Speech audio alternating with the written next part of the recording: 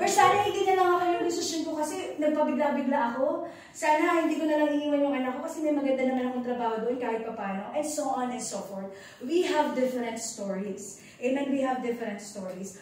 Pero, sabi ko nga, there are so many uncertainties sa ating buhay. Napakadami po ng uncertainties. We don't know what will happen tomorrow. Hindi po, wala pong nakakaalam na may mga bagay na we cannot hold on. No, hindi natin yung mapapanghawakan for life. No, pero alam niyo po ba kung ano ang pinaka-certain sa buhay natin? Yung sigurado sa buhay natin. Amen? And the pinaka-certain po sa buhay natin is the greatest gift that was been given to all mankind. Ano po? Yung ibinigay na regalo sa atin, and that is Emmanuel. Amen. Amen? Emmanuel. Emmanuel means God is with us. God is with us. So our text book for today morning, ayan, our text book for today morning is found from the book of Isaiah, chapter 7, verse 14, and I use NIV version. Sabi dito, therefore, the Lord Himself will give you a sign, the virgin will conceive and give birth to a son, and will call him Emmanuel. Ayan, manalangin po tayo. Father God, maraming salamat sa umagang ito. Tunay nga po na Ikaw ang Diyos na Emmanuel sa aming buhay dahil You are with us, O God. Today morning, Lord, itago niyo po ako sa inyong likuran, O God. Let Your presence be upon us and magnify to each and every one of us. Lord, makita namin yung salita ninyo, umarok sa aming mga puso. Give every one of us a receptive hearts of Your words, Lord God. These words will not only be within this room, O God, but this will be used outside, within ourselves, for Your purpose, Father.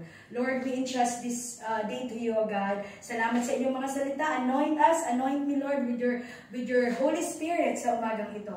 In Jesus' mighty name, amen and amen. Hallelujah. So, ayan po ang ating verse for today. So, to give you a background po, si Prophet Isaiah, amen, was sent to King Ahaz. No, mapapasa po natin yan sa Isaiah chapter 7. No? Si King Ahaz po, he is a wicked king.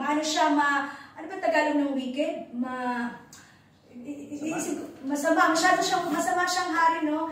He is worshiping God, no? He is worshiping other gods, no? Other gods, no? Sabi nung nabasa ko na habang pinag-aaralan ko to, King Ahaz is the worst king of Judah that ever had. Sabi ganon. So imagine niyo yung pinakamasamang tao sa buhay niyo.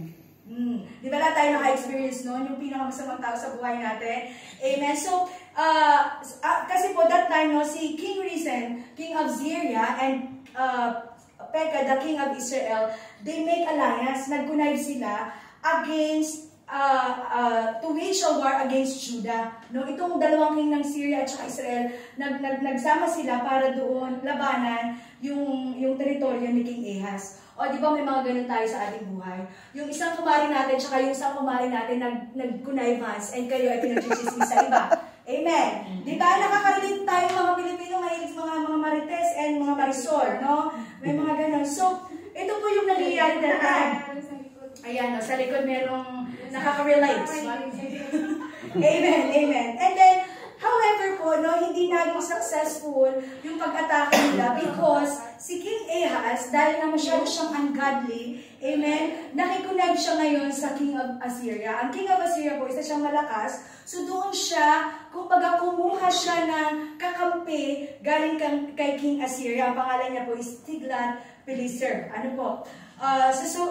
Sa katunayan po, sa sobrang kasamaan ng King Ahaz, ang ginawa niya para mang-convince na si King Tiglath na sumali sa kanya, yung King of Assyria, for the protection, di ba, yung mga sa atin, maraming humihingi ng proteksyon, yung mga negosyo, di ba, gano'n? Protektahan mo ako, bibigyan kita, yung mga nag-bribe, ayan, they bribing, no? Ang ginawa niya po, nagnakaw siya ng silver and gold, si King Ahaz, that was found in the Lord house.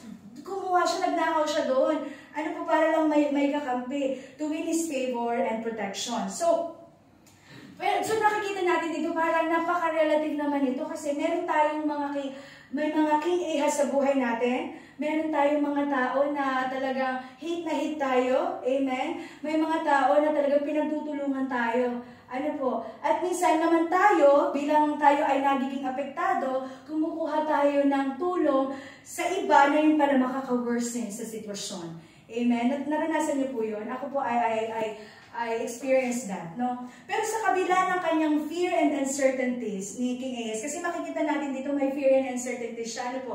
God sent Prophet Isaiah to reassure Ahaz. So, pinadala nga niya ngayon si Prophet Isaiah. Sinabi niya to that the virgin will conceive and give birth to a son and will call him Emmanuel. Sabi niya gano'n. So, ang meaning po ng Emmanuel is God is with us. Ano po? This prophecy po served as a sign to King Ahaz and Judah that God was present with them despite po the threats of the Israel and Syria. So, sa ating buhay po kung titingnan natin, like this scenario, makikita natin na parang wala tayong kakampi. Pagka nasa ganun tayong sitwasyon, if we are already very tired, we are tied up with so many bad things surrounded by us, it seems that nothing is with us. Pero, this promise was being sent by the Father to all of us, by God to all of us. Hindi lamang ito natapos doon sa Old Testament. Kasi hanggang po ngayon, nagsiselebrate tayo ng Pasko. Amen? Ito po ay pinadala kay Mary, pinadala si Jesus through the birth of the Virgin. Amen? So, God is still with us at this point in time. Amen? So kung makikita natin, ito po ay propesya. Nung panahon na yun, in Old Testament, that is the prophecy. Now, the ultimate fulfillment of the prophecy is the birth of Jesus. At yan po ang sineselebrate natin tuwing Pasko. Amen? Yan po ang sineselebrate natin yung kapanganakan ng Panginoong Jesus. Amen? Sabi, di ba, who came to dwell among humanity. Sabi po sa Matthew 1:21-24, she will give birth to us